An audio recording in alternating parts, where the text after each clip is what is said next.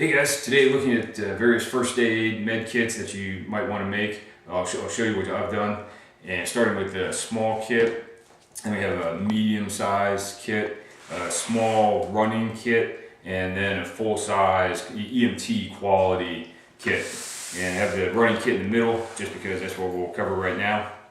This one actually ordered really the bag itself just off the internet, and we're looking for a couple things. A good heavy duty strap so you can snug it pretty tight to your waist so you can run with it. I've had a good experience with it. And high quality zippers so that they're not bouncing up and down and bounce open over time.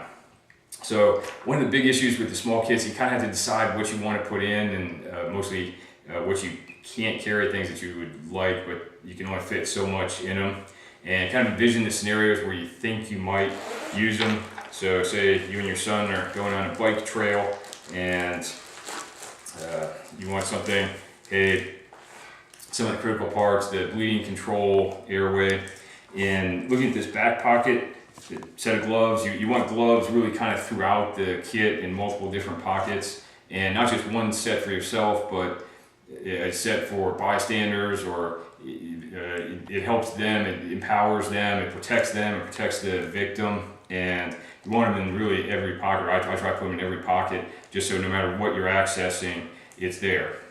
And in the back pocket here you see a variety of gauze pads, different sizes from small to kind of medium size gauze here. And if you notice, the other thing I like to do, use plastic bags, Ziploc bags. So it does a few things: keeps them semi-sterile, it keeps them protected if it gets wet, not necessarily waterproof, but at least water resistant. And can also use these if you have to treat somebody as kind of an improvised biohazard disposal bag. At the end you'll have bloody gauze, bloody gloves, and you can put everything in there and have it in one place. Going to the main pocket here, ace wrap, tape, a couple of sorted gauzes. One of the big things, and probably one of the most important things, tourniquet. And I read one thing that said that only about 50 patients a year show up in the ER having had tourniquets applied by non-EMT personnel in the field. That number should certainly be higher. I think they've started the Stop the Bleed campaign, but it'd be great if more people would actually carry tourniquets. Some police departments carry tourniquets now, and if there's one thing you want to carry, it would be a tourniquet. And you see carry 2 Israeli bandages for hemorrhage control, 1 chest seal, or it's a hyphen that it comes, it's 2 chest seals, it's one product but for an entry and exit wound.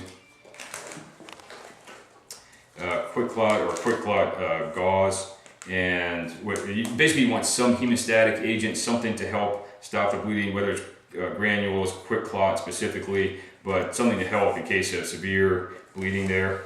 And you see another set of gloves in this compartment if you go in here. These, more gauze, a pair of cut down shears. These are full size, but you might want to go with the smaller size if you, just because it's a smaller kit. And very important, nasopharyngeal here with the Surgilube. And that's kind of, once you get to the smaller kits, hey, you can have bleeding control and something for the airway. Assorted band-aids, so everything from the kind of regular size small band-aids up to a decent size band-aid, and of course some alcohol wipes. And of course another set of gloves in here.